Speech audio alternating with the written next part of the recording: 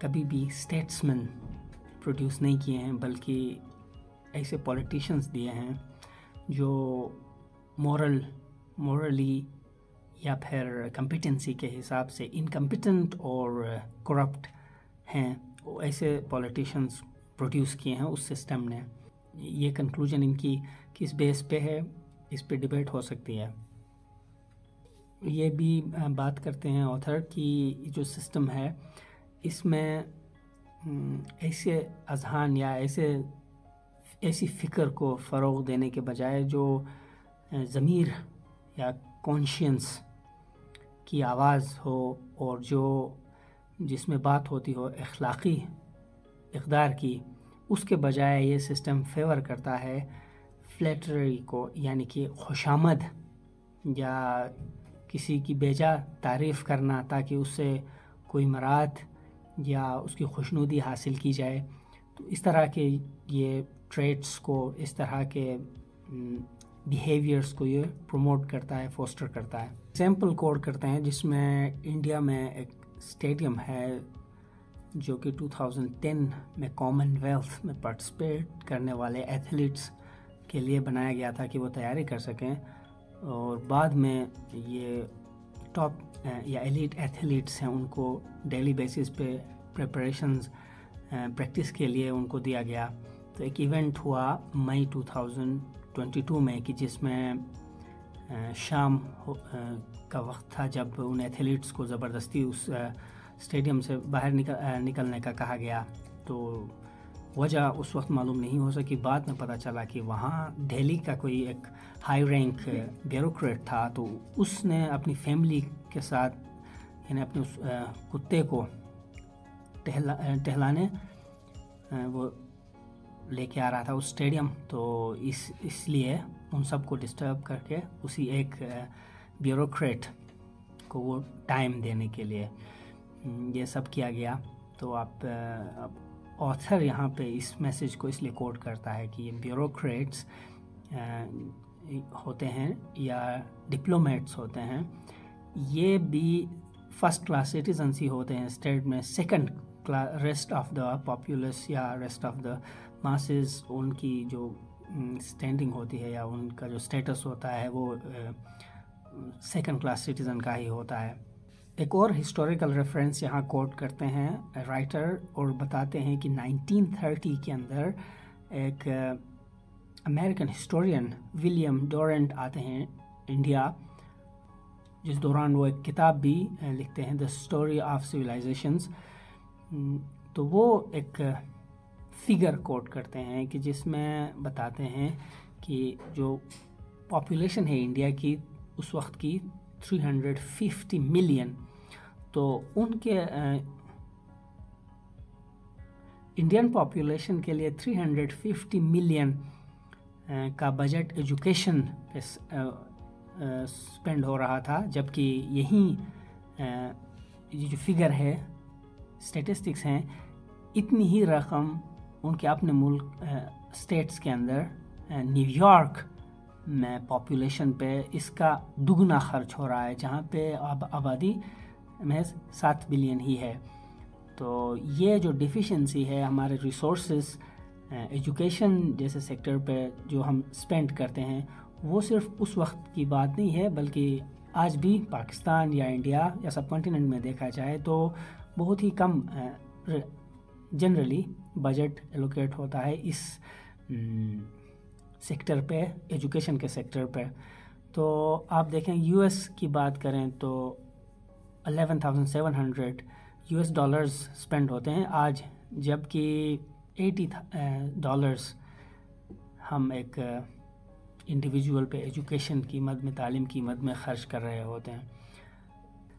ساتھ ہی یہ کہ جو out of the school children ہیں، جو بچے اسکول جانے کی عمر میں ہیں، وہ ان بچوں کا 44% کہ جو ان کی پاپولیشن ہے وہ آؤٹ آف دا اسکول ہے. تو الارمنگ اور matter of concern this is indeed. ایک اور ایریا جو کہ ہمارے امپورٹس کا ہے، اس میں سے بھی ایک فگر ہمارے ساتھ شیئر کر رہے ہیں اور بتا رہے ہیں کہ ہمارے جو پاکستان کے فوڈ امپورٹ بل ہے وہ $7.5 بلین ہے.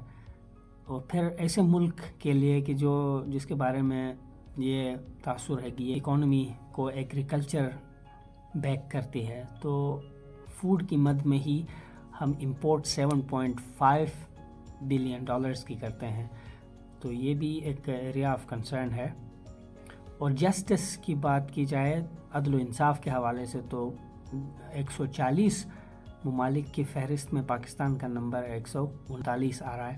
ان کے علاوہ پاکستان کو جن مسائل کا حال میں سامنا ہے ان میں ایجوکیشن، پھر ایکسپلوڈنگ پاپولیشن، آبادی میں بتدریج اضافہ اور بڑی تیزی سے یہ اضافہ واقع ہو رہا ہے. اور پھر جو واٹر کرائسس ہیں، پینے کا صاف پانی اس کی وہ کتنے فیصد آبادی کو مہیا ہے.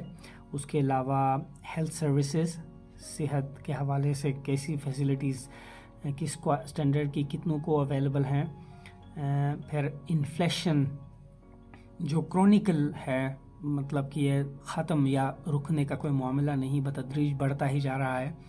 اس کے علاوہ ہم دیکھتے ہیں کہ جسٹس، عدل انصاف کے حوالے سے بھی ماسز یا جو پبلک ہے وہ اپنی سیٹسفیکشن، وہ جو اپنا کنٹینٹ ہے وہ ایکسپریس نہیں کرتی ہے، کنسرن ہی شو کرتی ہے اور انسیٹسفائیڈ ہی نظر آتی ہے جنرلی.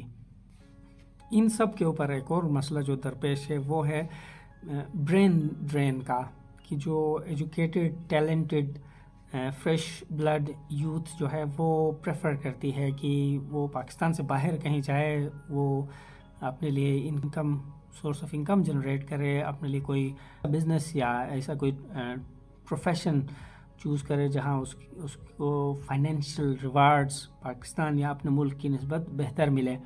تو یہ ٹرینڈ جس کا ایک تو ابھی میں نقصان یہ ہوتا ہے کہ آپ فریش مائنڈز یا جو تازہ جو انرجیٹک بلڈ ہے وہ اس سے آپ فائدہ نہیں لے سکتے ہیں، وہ ملک چھوڑ کے جا رہا ہے. اور اس کے علاوہ آگے کے حوالے سے کہ کنٹری کو کس ڈائریکشن میں کس ویژن کے ساتھ جانا ہے، اس کے لیے بھی آپ کو ایسے مائنڈز یا ایسے انٹلیکچوئلس نہیں ملتے ہیں. ٹریڈیشنل مائنڈ سیٹ اور جو ٹیپیکل اسٹیریوٹائپس ہیں وہی پریویل کرتے ہیں آپ کی جو اسٹیٹ یا نیشنل ڈسکورس میں. تو کوئی تبدیلی کی امید اس حوالے سے بھی آپ نہیں رکھ سکتے ہیں اگر یہ برین ڈرین کا معاملہ اسی طرح جاری رہے. تو اب دیکھتے ہیں کہ ہسٹوریکل ریفرنسز بھی آ گئے، اور پھر آج کے ابھی کے جو ہمارے اسٹیٹسٹکس ہیں وہ بھی ہم نے دیکھ لیا، سن لیا. اب آتھر اس پکچر کو کنکلوڈ کیسے کرتے ہیں، کیا میسج دیتے ہیں. اور یہ رائٹر نے ایشوز ہی ڈسکس کیے ہیں کہ ہمارے کیا مسائل ہیں جن پہ ڈسکشن ہوتی ہے.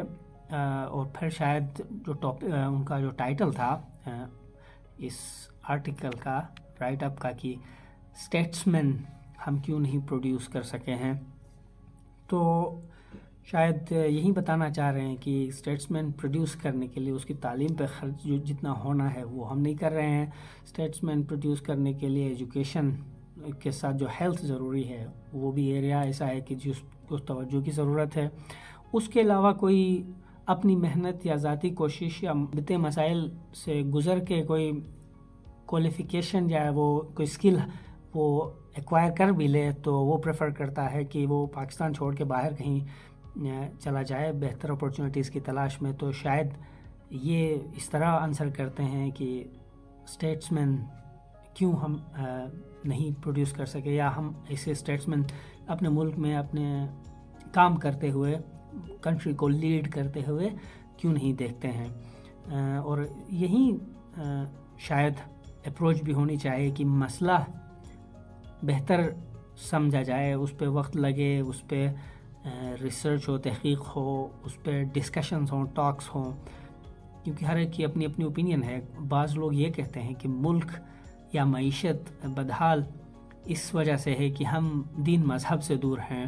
بعض لوگ یہ کہتے ہیں کہ جو شعبہ جس یا اکنامکس ہو یا پولیٹکس ہو یا اسٹیٹسمین، شعبے سے متعلق ہمیں اذہان چاہیے، مائنڈس چاہیے، وہ مسنگ ہیں اور وہ ہم پروڈیوس نہیں کر رہے ہیں۔ بعض کا یہ کہنا ہوتا ہے کہ ایسے بھی لوگ ہیں جو پبلک اوپینین جب لیا جائے تو وہ یہ کہتے ہیں کہ کوئی آؤٹ سائڈر ویسٹرن کوئی کنسپائرسی ہے جس میں جان بوجھ کے اس ملک کو، اس قوم کو آگے بڑھنے نہیں دیا جا رہا ہے۔